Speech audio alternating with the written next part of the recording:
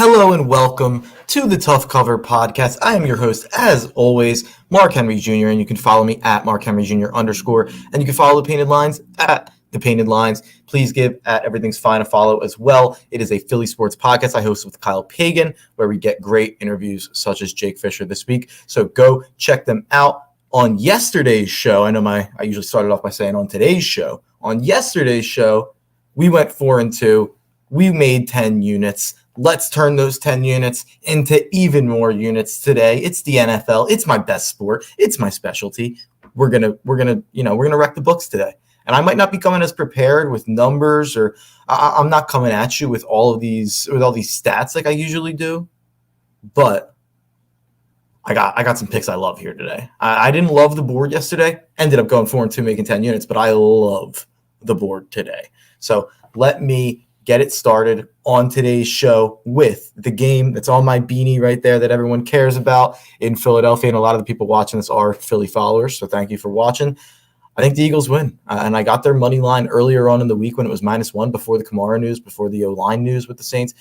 I have their money line, and I have their team total over 21.5 points. Their money line, I believe, is a 5-unit play for me.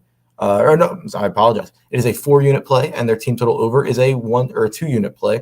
The Eagles have scored 21 plus in 8 straight games. Sirianni has wowed me with his improvement as a play caller in these last 3 games. Hurts had as good of a game against Denver last week as he's had since he took care of Sean Payton and the Saints last year. He's in rhythm, and he faced the better version of the Saints defense last year and was able to get his first win with less around him to help at receiver and with weapons. I think Sirianni has realized how to correctly utilize Hurts, especially on third down. The Eagles are 6th in third down conversion percentage, the highest of any team below 500. And it doesn't hurt that Jalen Hurts is just immaculate on third down around the sidelines. He gets 3-4 extra yards every single time when you don't think he can. And it also doesn't hurt that Devonta Smith is breaking out in front of our eyes. The Eagles are surprisingly 8th in offensive DVOA. They're the 8th best offense in the league, according to DVOA, to the Saints 15th, which is extremely average right in the middle. The Saints may have covered against Tennessee, but they were not impressive. Tennessee let them back in that game, and I actually think we could see a similar type of game this weekend. But I think we've seen that the Eagles winning or losing is dependent on the opposing quarterback. They've lost to Dak Prescott, Tom Brady, Patrick Mahomes, Justin Herbert, and Derek Carr. They lost to Jimmy G. I think they outplayed the Niners in that game. They ended up losing. It was a tough loss, but those are 5 really good quarterbacks and Jimmy G, who's not terrible.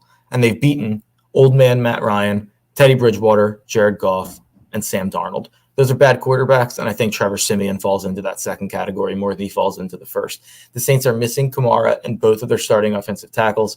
I could not love the Eagles more in this game, which honestly makes me a bit nervous.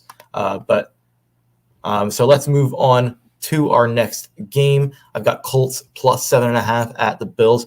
I don't know how to feel about the Bills right now. They've played so many cupcakes. They've either won in blowouts or lost close games. They only have one impressive win against Kansas City. When you look at the DVOA numbers, they're looking pretty good. I mean, they look like the best defense in football, but it's hard to adjust that for the teams they've played. I could see Indy hanging in this game, and I could absolutely see them winning the game. And the reason is Jonathan Taylor. He's been the best running back in football, not named Derrick Henry. The Colts have won 5 of their past 7. The Colts are 2nd in rush defense DVOA, so Buffalo will have to win this game through the air. I'm not sure they can do that without it being a close game, but I'll take Colts plus 7.5 here. It's down to 7. I would still take it at 7, but that is a 2-unit play for me. Moving on to a new play. This is a play I found this morning. Christian McCaffrey over 46.5 receiving yards. Pretty simple. McCaffrey has went over this number in all of the last 5 games that he has started and finished. What are we doing setting this at 46.5? Cam is going to be a dump-off king because, that's what he was when he was in Carolina the last time he was in Carolina with McCaffrey. The attention might be here on Cam Newton in this game. Cam's back, all that stuff. The offense is still Christian McCaffrey. I mean, this is still the Carolina Panthers. And I'm so intrigued by this game. I'm very excited to keep tabs on this game, on Heineke and Cam and the Panthers and Washington.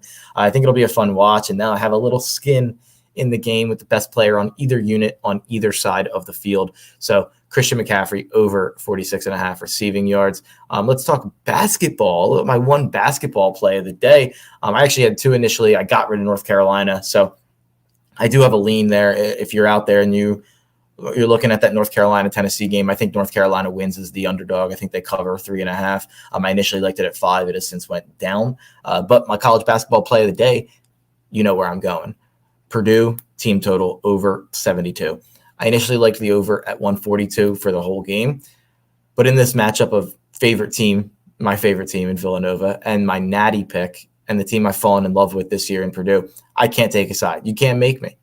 So number 5 versus number 6, and I actually think these are 2 of the 4 best teams in college basketball with Gonzaga and UCLA, but this over is way too low, and especially Purdue's team total over. Purdue has scored 96, 92, 96, and 93 so far this year. Villanova gave up 86 to UCLA. There's just too many weapons on this Purdue team. They have a better offense than UCLA, which went over this total against Nova in regulation. Too many options to score. And my one concern with Nova is their depth. I'm not sure they go 7 deep, and I think Purdue wears them out and puts up 80 in a close one.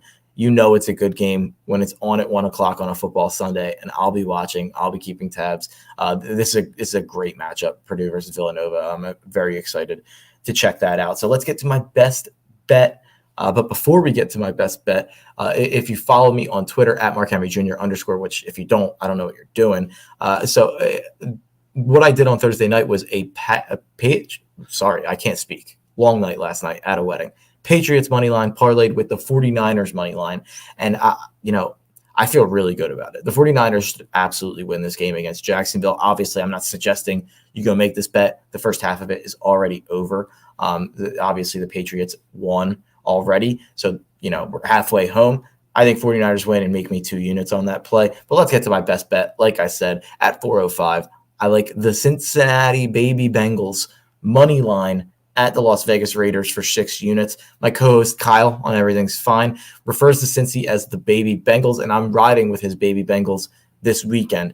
The Raiders are honoring their former coach, John Gruden, with a late season swoon that he would only be proud of. No one else in the country would be proud of it, but John Gruden would.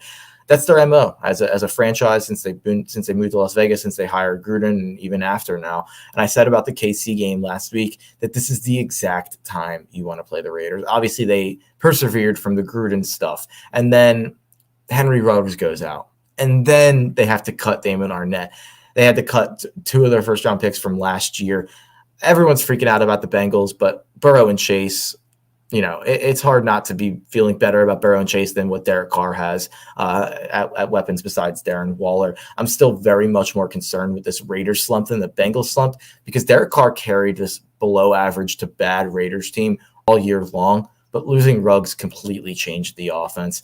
He has no help other than Waller, and he is just getting killed back there. But to get analytical on your asses, favorites off of a bye with an additional week of rest over their opponents are 116, 84, and 5 for 26.64 units. But in reality, I think Cincy is a markedly better team than Vegas. So I love the Bengals here just because I think they're the better team. Sometimes that's dangerous playing, being that simple with your bets. But let's get to my last bet of the day at 425. I like the Kansas City Chiefs -2.5 versus the Dallas Cowboys for 3 units. Sure feels like a lot of people could not wait to tear Patrick Mahomes and the Chiefs down at the first sign of struggle. It sure feels like we buried the now 6-4 division leading Chiefs on a 3-game winning streak a bit too early. Maybe we killed off Patrick Mahomes, who is now number 1 in passing yards, touchdowns, and completions, too soon. You look at the first 5-6 weeks of Kansas City's year, their offense was better than ever. It was just as good as ever. There was a couple turnovers here and there. Their offense did not have the problems that people have created that this whole year has just been bad for the Kansas City Chiefs. The last 5 weeks, they've struggled offensively, and they're 3-2 in those games. So it's really not that big of a deal. People just love to hate on news, on successful people that have never failed before. And if they win this game, Kansas City, I think the Super Bowl or bust vibes are back for the Chiefs, and I think they do. Dallas has their division wrapped up. You have to imagine the Chiefs feel a bit more urgency, and you're obviously getting the home field advantage and the home field advantage of home field advantages in the NFL at Arrowhead Stadium. I think the Chiefs offense exposes this Cowboys defense even more than Teddy Bridgewater and the Denver offense did 2 weeks ago, putting up 30 in the first 3 quarters. This Dallas defense is not immaculate. This Dallas defense is not a Super Bowl contending defense. I do not believe that the Dallas Cowboys are a Super Bowl contender. I know my co-host Kyle disagrees with that on Everything's Fine, but with that defense and with the Rams, Bucks, the Pats, or the Packers, I don't think that they're in that tier. And I don't think the Cardinals are in that tier either. So I think the Chiefs have a better chance of being in the Super Bowl than the Cowboys do. And that if that's going to be the case, they have to win today. So let's run down my picks in case anyone's joining late. My parlay that I gave out on Thursday, Patriots money line parlayed with San Fran money line at -111 for 2 units. Needed 49ers win there. I have the Philadelphia Eagles money line, 4.5 units to win 4 units. I have the Philadelphia Eagles team total over 21.5 for 2 units. I have the Colts plus 7.5 for 2 units. I have Christian McCaffrey over 46.5 receiving yards for 4 units. I have Purdue team total over 72 for 2 units. I have the Cincinnati Bengals money line, my best bet of the day, over the Raiders for 6 units. And I have the Kansas City Chiefs -2.5 versus the Dallas Cowboys for 4 units. That's going to do it today. Thank you for joining, folks. Thank you for being a part of the Tough Cover Click. Thanks for everyone who tailed the picks yesterday, or I guess I should say you're welcome. Since we went 4-2, making 10 units. But I'll say thank you because I'm always happy for the support. It's funny. Friday night, I had a big play with Nevada, 8-unit play. Had about 15 DMs, tweets, Discord messages about how much of a loser I am and how I should stop giving out picks. Well, it's funny. Those people were extremely silent when the other 2 picks I called into Barstool, ECU, Utah, cashed with ease. I'll take a +10 unit day on Saturday. Sorry to the haters. Enjoy the winners.